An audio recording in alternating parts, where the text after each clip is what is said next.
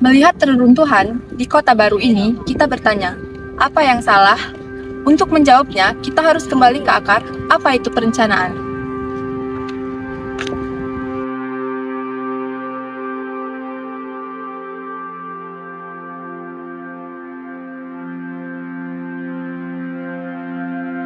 Secara sederhana, perencanaan adalah proses mempersiapkan keputusan hari ini untuk masa depan.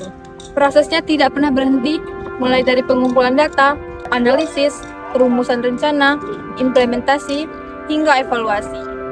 Di kota baru, siklus ini terputus di tengah jalan. Ada rencana, tapi implementasi macet. Lalu, mengapa kita butuh perencanaan dalam pembangunan? Jawabannya adalah efisiensi. Tanpa perencanaan, sumber daya seperti triliunan rupiah uang rakyat yang tertanam di gedung kosong ini terbuang sia-sia.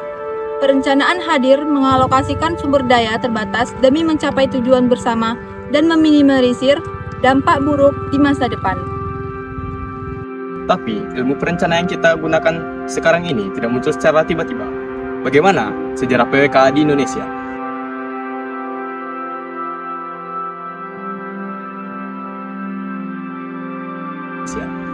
Awalnya kita mengenal sebagai planologi, warisan kolonial Belanda yang fokus pada zonasi eksklusif seperti kawasan Menteng dan Bandung Raya.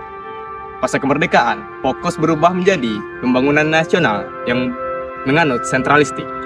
Hingga akhirnya kita masuk ke era otonomi daerah. Di era inilah daerah-daerah seperti Lampung memiliki wewenang dan ambisi untuk membangun pusat pemerintahannya sendiri.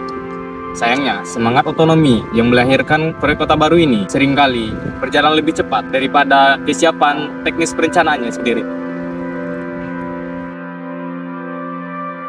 Siapa saja yang terlibat dalam kasus seperti di Kota Baru? Yang pertama, pemerintah seperti Bapeda yang membuat kebijakan.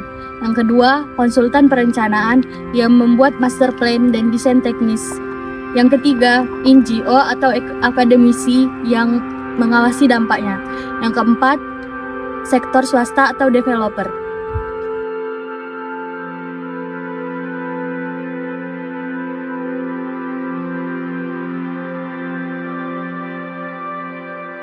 Di balik setiap rencana kota, ada aktor di belakangnya. Inilah aspek keprofesian perencanaan. Sebagai lulusan PWK nanti, aspek peluang kerja kita sangat luas, namun memikul beban sangat berat. Peluangnya besar, tapi tantangannya adalah integritas. Apakah kita hanya menggambar sesuai pesanan atau berani memberikan analisis objektif jika sebuah proyek seperti di Kota Baru ini sebenarnya belum layak dibangun? Seringkali orang bingung, apa bedanya wilayah dan kota?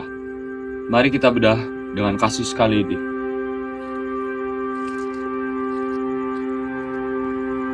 Perbedaan ruang lingkup.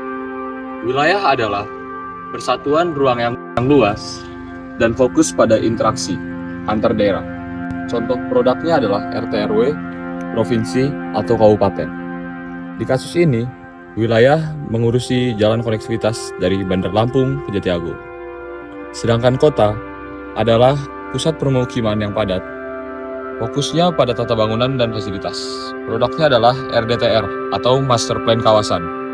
Seperti desain detail komplek perkotaan Kota Baru ini. Perbedaan substansinya jelas. Perencanaan wilayah yang bicara tentang jaringan dan pemerataan, sementara perencanaan kota bicara tentang efisiensi dan estetika. Kegagalan Kota Baru terjadi karena kita terlalu fokus terhadap membangun kota yang megah, tapi melupakan aspek wilayah, yaitu aksesibilitas jalan yang buruk, seperti yang kita lihat.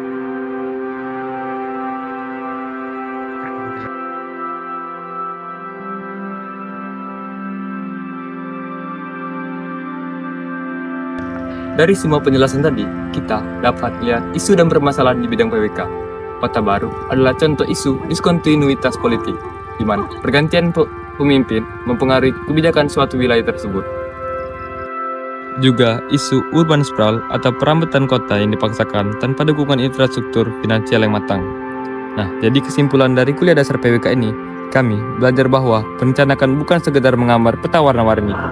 Perencanaan adalah seni menyeimbangkan ambisi politik, kemampuan ekonomi, dan kebutuhan sosial. Kedepannya, pendalaman yang perlu kita pelajari bukan hanya soal teknis, tetapi soal ekonomi wilayah dan politik anggaran, agar rencana yang kedepannya yang akan kita buat tidak menjadi monumen kegagalan yang ditumbuhi ilalang, tetapi juga ruang hidup untuk menyejahterakan.